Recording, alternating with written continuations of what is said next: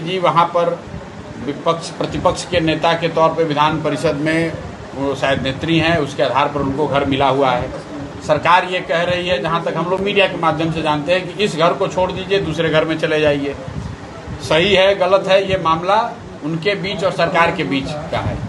नमस्कार, आप देख रहे हैं न्यूज़ फॉर नेशन। आपके साथ मैं हूँ राजनंदिनी। राबड़ी देवी राबड़ी आवास को कब तक खाली करेंगी?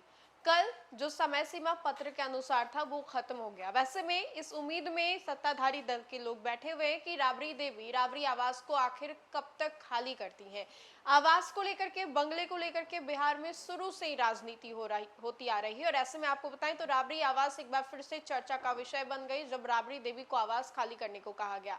लेकिन इन सभी चीजों को लेकर के जनसुराज के जो सूत्रधार है प्रशांत किशोर, उन्होंने राबड़ी देवी और लालू प्रसाद यादव को लेकर के बड़ा बयान दिया है। दरअसल आपको बताएं तो लालू प्रसाद यादव राबड़ी देवी को लेकर के प्रशांत किशोर ने कहा है कि राबड़ी आवास का जो मामला है वो फिलहाल कोर्ट में चल रहा है और ऐसे में ये देखने वाली बात होगी कि कोर्ट की ओर से क्या निर्णय लिया जाता है। लेकिन पत्र के अनुसार जो समय सीमा है वो समाप्त हो गया। इन सभी चीजों को लेकर के प्रशांत का क्या कुछ कहना है, आइए हम आपको सबसे पहले वो सुनवाते हैं। भाई ये तो पार्टी तय करेगी।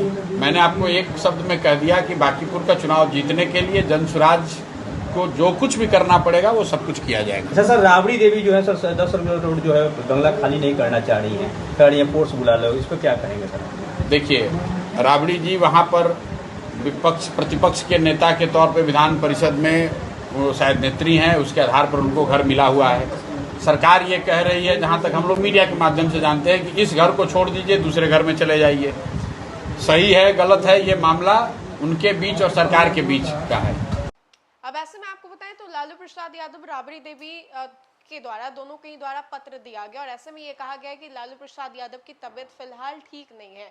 मीशा भारती ने भी इसको लेकर के बीते दिनों बयान दिया था, जहां पर उन्होंने कहा था कि हम लोग खुद खाली कर देंगे इस बंगले को और बार बार सरकार को दखलंदाजी करने की जरूरत नहीं है। एक बार सरकार ने पत्र के माध्यम से जानकारी दे दी कि इतनी समय सीमा निर्धारित है, उसके बाद बार बार इसकी एक ही बात को दोहराने की कोई जरूरत भी नहीं है। इन सभी चीजों को लेकर के प्रशांत किशोर का क्या कुछ कहना था ये हमने आपको विस्तार से बताया।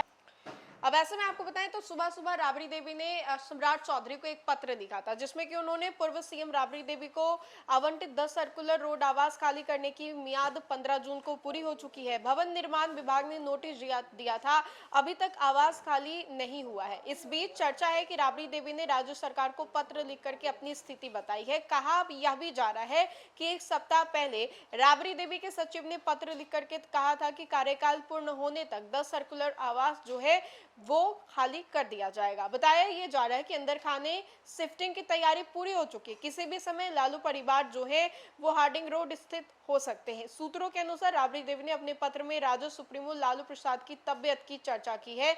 बताया ये जा रहा है कि उन्हें संक्रमण का खतरा है, यानी कि इन्फेक्शन का खतरा है। इस कारण उन्हें परिवार के अन्य सदस्यों से अलग रहने की सलाह डॉक्टर के द्वारा दी गई है। इसको देखते हुए 10 सर्कुलर रोड आवास में उनके लिए विशेष व्यवस्था की गई है। उनका अलग कमरा है। उन्होंने सरकार से अनुरोध किया है कि उन्हें आवंटित सरकारी आवास में उनके लिए विशेष व्यवस्थाएं की जाए। सिंगापुर में किडनी ट्रांसप्लांट के बाद उन्हें सीढ़ियां चढ़ने के लिए मना किया गया था और इसके बाद बहुत सारी बातों का परहेज करने को भी लालू प्रसाद यादव को डॉक्टरों के द्वारा कहा गया था। अब उसी बात का जिक्र करते हुए राबड़ी देवी ने कहा है कि लालू प्रसाद यादव की तबियत ठीक नहीं है, इन्फेक्शन का उन्हें डर है और ऐसे में डॉक्टर ने उन्हें नसीहत दी है कि आपके लिए एक अलग कमरा है और आप कहीं भी शिफ्ट होते हैं तो वो कमरा आपको मेंटेन करना पड़ेगा। राबड़ी देवी ने सम्राट चौधरी को तो पत्र लिख दिया, लेकिन बिहार में अभी भी बंगले और आवास को लेकर के सियासत काफी गरमाई हुई है। इस कड़ी में आपको बताएं तो प्रशांत किशोर का क्या कुछ कहना था ये हमने आपको सुनवाया।